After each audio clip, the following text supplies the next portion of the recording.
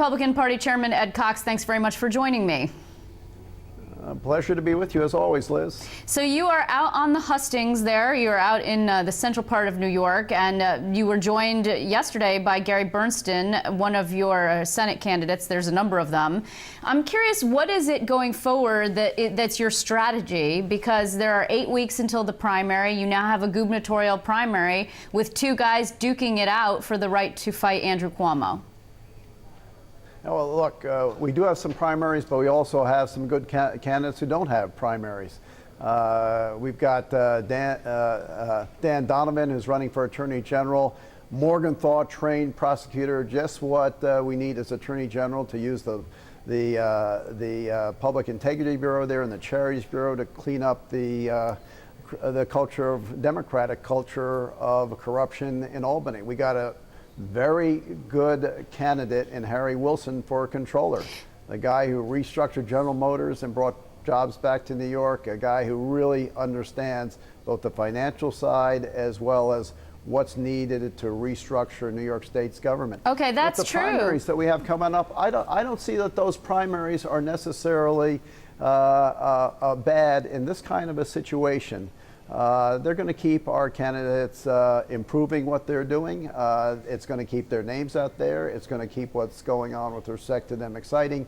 And this election cycle, and I include last November 3 in it, is an election cycle where our candidates, who are not as well known as the Democratic candidates, are coming, will be really getting their momentum going in September and October, just like Scott Brown did in Massachusetts, like Ed Mangano did in his big win over Democrat Tom Suozzi in Nassau County, and just like Rob Astorino did in 2-1 Democratic Westchester County Chairman, last November 3. Chairman, I guess what I don't understand is how it could possibly be positive to have two guys slugging it out, Carl Paladino and Rick Lazio, at a time and really sort of getting potentially difficult with each other when Rick Lazio has 600,000 and change, Carl Paladino has 10 million and change. I mean, he's clearly better funded. It's his money.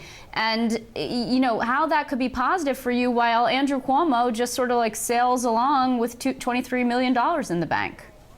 Right, but when you have a primary, that gets the base of the party involved, and they're going to come out and vote in the primary, get involved in the race, get excited about it, and there are intangibles here that are part of that calculation. And you know, both of those candidates is going to be a double voice aimed primarily at Andrew Cuomo and the fact that he is a product and is supported by the special interests in Albany, and that he cannot shake them from the point of view of what he's going to do going forward for the state, while both of our candidates are real fiscal conservatives who are not tied to the special interests and will do in this time when Albany's going to be running a $20 billion deficit that the next elected governor of New York State is going to have to face. Our candidates can do that with their hands free. Andrew Cuomo's hands are going to be tied. Both of them are going to be making those points with respect to Andrew Cuomo, and that double team is going to have a real impact on Cuomo's campaign. Okay, but what will you, when he's got the money and we don't? What will you do if Carl Paladino defeats Rick Lazio on the GOP line? Then you have a potential situation where you have Carl Paladino on the GOP line, you have Rick Lazio on the conservative line because he's the conservative nominee, and you have Carl Paladino again on some kind of independent line, the taxpayer line he says he's going to create. You've got a situation where somebody's going to be a spoiler. Will you try and get Rick Lazio off the conservative line? Yeah, that's hypothetical on hypothetical. Look, we'll deal with that when it comes up. At the moment, we're going to have a very spirited primary for that, for each of our U.S. Senate seats that we're contesting, and I'm convinced that those primaries are going to strengthen the final candidate that comes out of those primaries, the Republican candidate, who will get support from the candidates that lose and going forward, and that's why we're going to have a victory in the governorship. And down the line for controller, we have a great candidate in Harry Wilson. For Attorney General, we have a great candidate in Dan Donovan, and of course Gillibrand, the unelected U.S. senator, for all her flip-flops on policy, is very, very beatable, and we got candidates who can beat her also coming out of that primary situation. Okay, but how much? Let's assume that we'll leave the primary thing for now because it is going to play itself out, and of course you and I am sure will be speaking again and figure out what happens after September 14th. But in terms of the party itself and its ability going forward to help its candidates, with only $600,000 and change, I mean, how long? You've got to pay your own bills. I mean, what are you going to be able to do for any of these guys?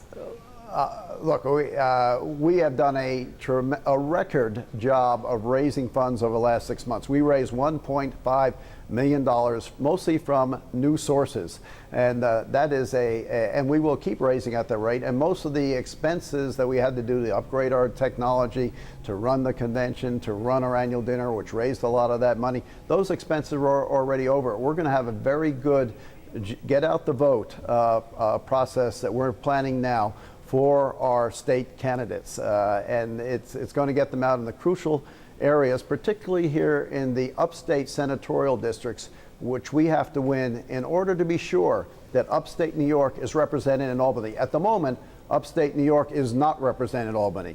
You've got a governor who comes from northern Manhattan, you've got a Speaker of the Assembly who comes from the Lower East Side of Manhattan, and you've got all three Democratic leaders in the Senate come from New York City. But that is an unacceptable situation. New York City, upstate New York needs to be represented, and it will be when we elect a Republican majority in the state Senate. Okay, but Chairman, how much does it cost you to run the party monthly? Our burn rate is about $65,000 a month and that's all we're going to have to spend going forward. I figure between now and the election we'll spend about $250,000, $300,000. So to the $700,000 that we now have in cash on hand, we will be adding substantial amounts going forward, which will permit us to have a very good get out the vote campaign. We start with a base of about $400,000 cash, and we'll be adding to that, and we are now planning to have a very effective get out the vote